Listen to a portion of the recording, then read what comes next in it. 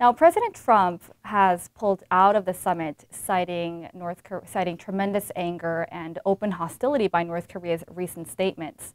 What are some of the reasons that could have possibly gone wrong that led the United States to pull out of the summit prematurely? Well, I really don't know the full details, but one thing is clear, and I think it's clear to President Trump.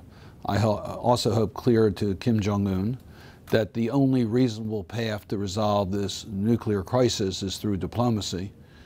Clearly, North Korea is violating international norms with its nuclear program.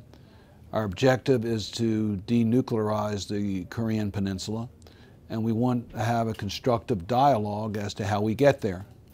And I regret the harsh words that are used. When you're trying to go through diplomacy, it's hard enough with the issues involved, but when you start involving personalities, it even makes it more challenging. Mm-hmm.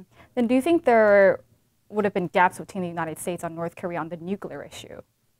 I think on the nuclear issue, there's going to be challenges on all of the above. The question is not whether they give up their nuclear weapons, but how is that done? At what time frame, what are the trade-offs, et cetera. And these are matters that need to be negotiated. I think before you have the summit, it's important that you understand how you're going to address these issues, and I don't know how far they had gotten. I'm disappointed that the June 12th date is not on.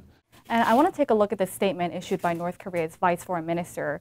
She called Vice President Pence a political dummy for comparing Libya to North Korea. Do you think North Korea crossed the line here by making that statement? I think that type of language is not helpful at all. Obviously, it has an impact. We're all pretty seasoned in our positions here, so we're used to criticisms and we're used to people using language that is not what you would expect. But I just think that type of language is not helpful. Mm-hmm. What do you think of his actions, Senator? Do you think he should have pulled out of the summit? I want to make sure we move forward with dialogue with North Korea. Diplomacy is our only sensible alternative to end this crisis. The date of June 12th was selected by the administration in conjunction with Kim Jong-un. I hope they figure out a way to get back on track. I want to make sure it's properly briefed and prepared. So let's hope that they get back on track. I do regret that the summit has been taken off the table for now. Mm-hmm. How likely is it that the summit is going to be called back on?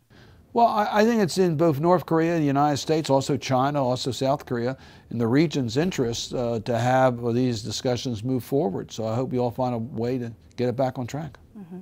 And if we look at the letter by President Trump to Chairman Kim, it seemed friendly, but it reminded us of the escalation of tensions back in 2017 when President Trump and Chairman Kim exchanged war of words. Do you think that we're going to go back to the state of escalated tensions like back then? Well, yeah, I found some of President Trump's choice of words less than desirable, but that the president uses these macho terms that I think are not helpful.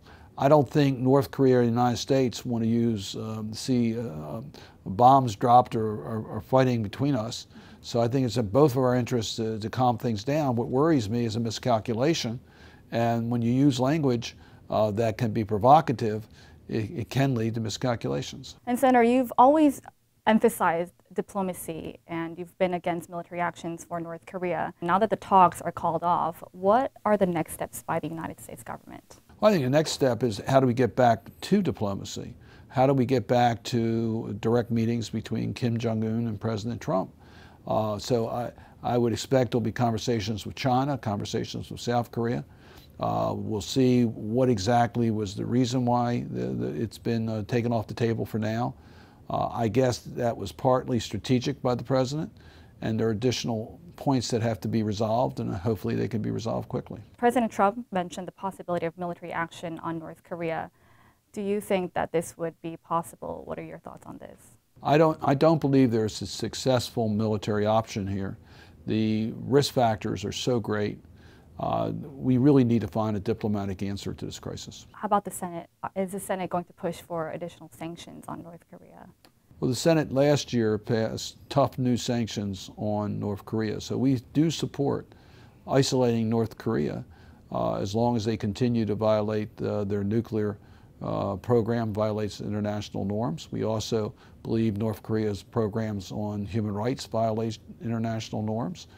So there are reasons why we have imposed sanctions against North Korea, and Congress is fully supportive of that. Our objective, of course, is to get a change in direction. And we think the diplomacy on the nuclear program can move us along in that direction. I want to turn to South Korea for a second. South Korean President Moon Jae-in has been playing a mediating role in the lead up to the summit. What kind of steps should President Moon take in this part right now? I think President Moon's been extremely helpful. He used the Olympics as an opportunity to get a better relationship between the North and South. I thought that was done very, very well. He's had direct communications. I think all that's been positive. So I think President Moon, who ran on the platform of trying to have a better relationship between the North and South, has made the climate, I think, a lot better for diplomacy. Mm-hmm. And there are reports that a senior North Korean official is traveling to China following this cancellation of the U.S.-North Korea summit.